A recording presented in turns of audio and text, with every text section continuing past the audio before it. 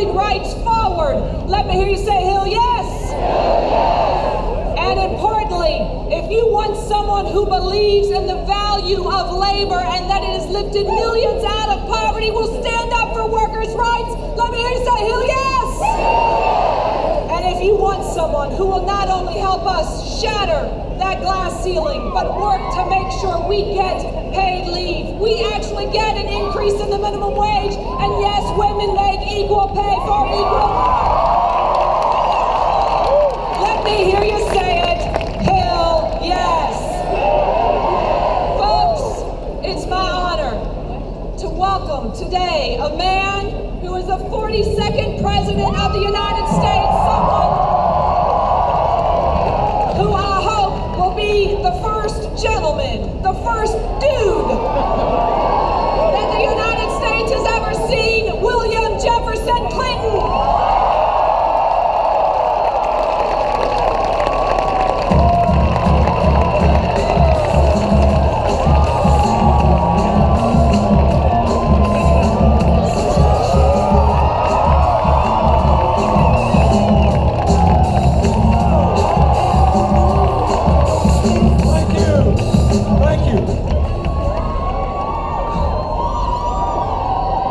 Thank you. First of all, I want to thank Allison for her strong support of Hillary and her service as Secretary of State, and I want to thank Roy and Reed and all the UK students who are here. I want to thank Representative George Brown for his strong support and for coming to Hillary's headquarters opening with Chelsea the other day, and Angela Evans and the council for her support. And I'm glad you came. I'm sorry I'm late. I was over at Morehead State looking at nano satellites. And I say that because this election is about whether we can build an America that works for everybody. That's the whole deal. Can we restore middle-class incomes? Can we restore social mobility? Can we adapt our system to the demands of the 21st century and solve the terrible, profound problems that have left some places in this country totally behind and have aggravated inequality? It's a global phenomenon, but it's worse here. And the reason it's worse here, in my opinion, is that we have had too much gridlock in Washington and too much trickle-down economics from the other party. No, I believe, let me just say this. People can say whatever they want, and I know Hillary's opponent's coming here. I urge you to go hear him too. But because he's raised this issue of income inequality, and it's very important, I have spent a lifetime fighting it, and so has Hillary. And when I was president, it's the only time in the last 50 years when the incomes of the bottom 20% in percentage terms increase more than the top 20%. When 100 times as many people move from poverty into the middle class as under President Reagan, and poverty increased under both the Bush administrations. Trickle-down economics does not work.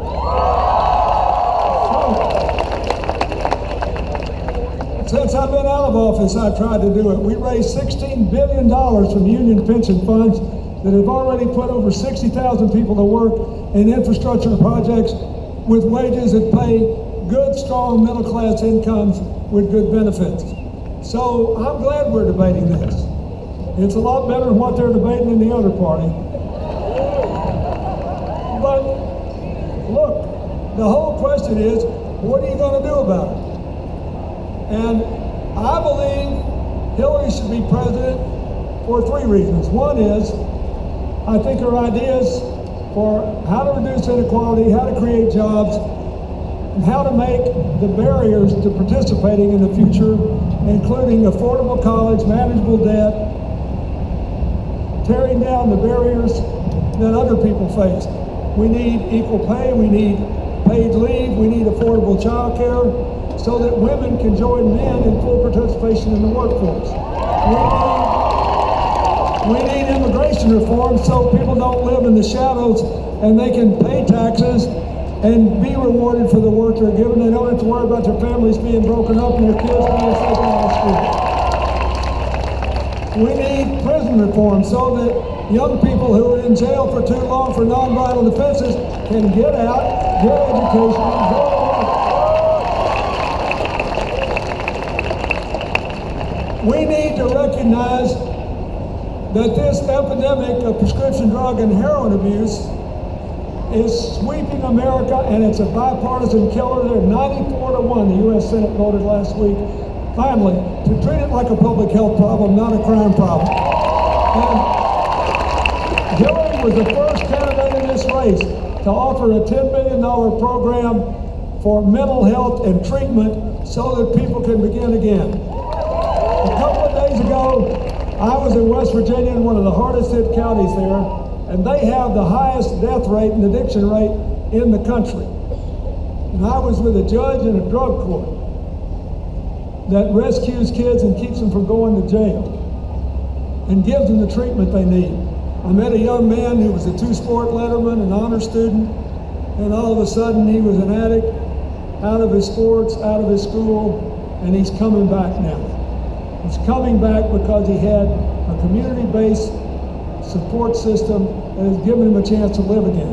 We put drug courts all over America when I was president to try to keep people out of jail. We can do that again, and if you'll vote for it, you'll get that. But let's go back to talking about inequality. There are a few differences in this campaign, but they're important. Hillary won a big victory in New York, including the most progressive wards in New York City, because they know something that the rest of America is not being told. There are 50 to 60,000 fewer people working on Wall Street today than there were the day before the crash. They're growing manufacturing jobs in the Bronx. They're growing high-tech businesses in Manhattan now. The banks cannot do what they used to do. And one of them is already much smaller than it used to be. The others can be broken up under present law. The real problem today with inequality is being driven by corporations that are keeping 80 to 90% of their profits for the shareholders and the top management. That's not the way it should be. And Hillary has proposed some pretty interesting things to do something about it. Carrots and sticks. For companies that share their profits fairly with their employees, 15% tax credit. Other supports if they give their employees continued training so they can keep getting better jobs. And she believes that we have to have some sticks. This whole thing is being driven not by the employee pension funds, for example, that insure the people that work at the University of Kentucky. This is being driven by billionaires and hedge funds that are not regulated by the Dodd-Frank law that should be, and they should not be able to get a lower capital gains tax rate by holding that stock just for a year and a day. She thinks they should have to hold it longer, because companies that work for their customers, their employees, their communities, and their stockholders make more money over any 5 to 8 year period. Why do we have the incentives to sell out in a year and a day? We got to change that. And if we change that, you will change the face of equality in America, because we should reward people that share their profits fairly. Look at what happened to Carrier Air Conditioning in Indiana. Were they losing money? They threw 2,100 people under the bus. Why? Because they want to go to Mexico to save $65 million a year, 3 years from now. You know what they made last year? $2.9 billion. The union offered to save them the money. They said, we'll just reorganize and save that much money. And a man in the board meeting said, no, we want our money in a year and a day, and our president gets embarrassed if he doesn't get his bonus. So what are the lives of 2,100 people? Those people are making more money for that company. And they'll make more money if they get to keep their jobs than they're going to make having to train a new workforce in Mexico. Nobody cares, because they're only thinking about a year and a day. If you vote for Hillary and we get enough votes in Congress, we'll make them hold those stocks longer to get a lower tax rate. and we'll get people incentives to reinvest in their workforce, and you will see inequality in America go down and wages go up. Now, you got to make this accessible to everybody. We have to finish the work of health care reform. And I know that people used to say, or there's been a lot of talk in this campaign about, well, you know, if the president had just tried harder, we could have gotten single payer. Since World War II, there has not been a single solitary change in health care that helped more than 1 million people that did not have to get 60 votes to break a Republican filibuster. We had 0 votes to spare for the bill that did pass. And we have over 90% of our people insured for the first time in history. So what happened? And Kentucky did the best job of implementing the law. So what happened? You elected this Republican governor, and he wrecked your health exchange. He cut funding for higher education. And he froze the Medicaid expansion, which is a good deal for the state. It's going to cost you, I don't know, $15 billion in budget revenues by not letting lower income working people have health insurance under Medicaid. So what Hillary wants to do is to give a public option, let people in the insurance market that doesn't work for them anymore, and there'll be a lot of people in Kentucky now, buy into Medicare if they're over 55, buy into Medicaid if they're under 55, and we'll get to 100% insured. Then we got to bargain down the price of prescription drugs like every other country does, and get more people in health care plans where you pay to stay healthy instead of paying by procedure. Every place in America where that's done, every place, health care improves and the cost